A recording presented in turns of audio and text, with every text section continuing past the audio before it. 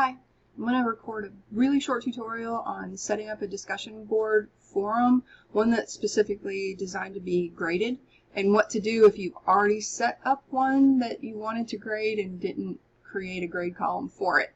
So I'm using the faculty help desk organization to demo this. That way I'm not disclosing any student grades or anything like that. But I'm going to use the help desk form because I can do everything in that I would do in a normal classroom. So I'm already in the discussion board area, and I'm going to click to create a brand new forum. So let's say I'm going to introduce yourself to the class. Okay, so I want the students to introduce themselves to the class. I'm going to put a really detailed description here as to what the expectations of this post are, length of the post, what should be covered in it, all of the good stuff. And then I'm going to scroll down here, and you might be familiar with this already. You can decide if you want this to be available from the beginning or not, and if you want it to actually become unavailable to the students at some point. And here in the forum settings is where I spend a lot of time and thought creating my discussion forums. In particular, this first button, participants must create a thread in order to see anybody else's. That makes sure that whatever it is they're posting about is a much more thoughtful and original post, and they're not guiding their discussion by the sentiments that have already been expressed by other students. We've seen this happen in class, like, well, you know, so-and-so already said everything I wanted to say. You still want the student to say it. So I use this quite a bit. Now, you might not want to use it for this introduce yourself to the class. Completely up to you. But here's the key. This section right here, no grading in the forum, is the default. It sets it up to just be an open discussion place and not really an assignment. If you click this, though, it will set up a grade column for you in the grade book. You'll have to tell it how many points, and it also needs to know how many posts are you expecting people to make in this discussion forum, because as you know, we have a grade book, but we also have a feature called needs grading.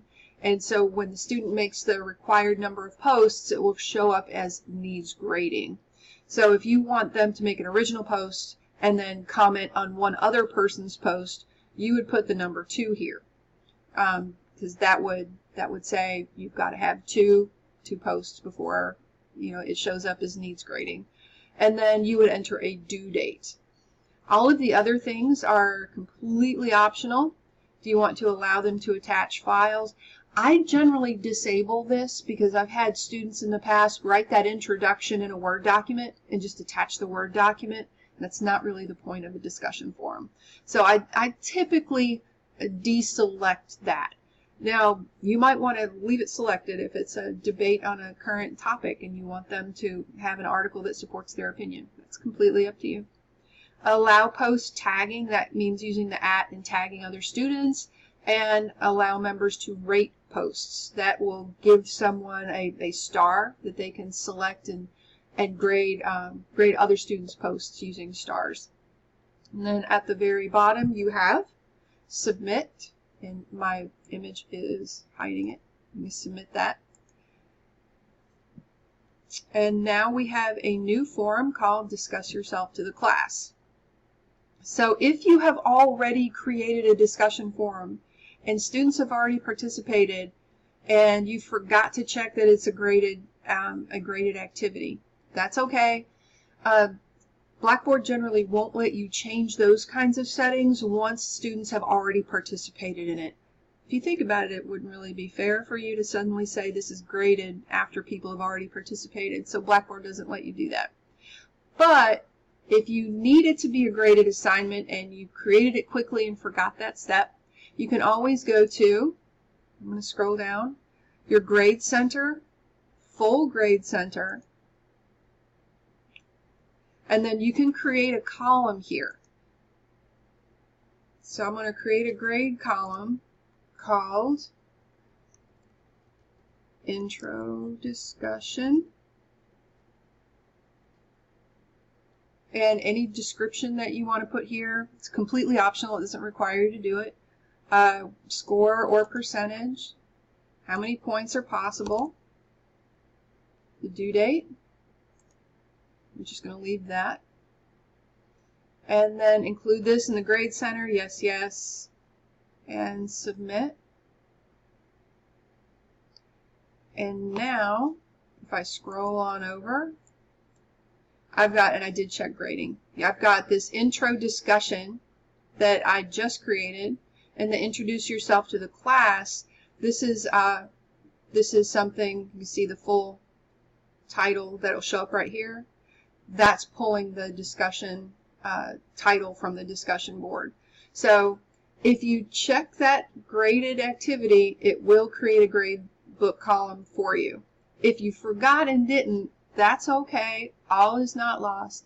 Create a column, and you can create whatever you need. You can also use this for external things that you would do in a class.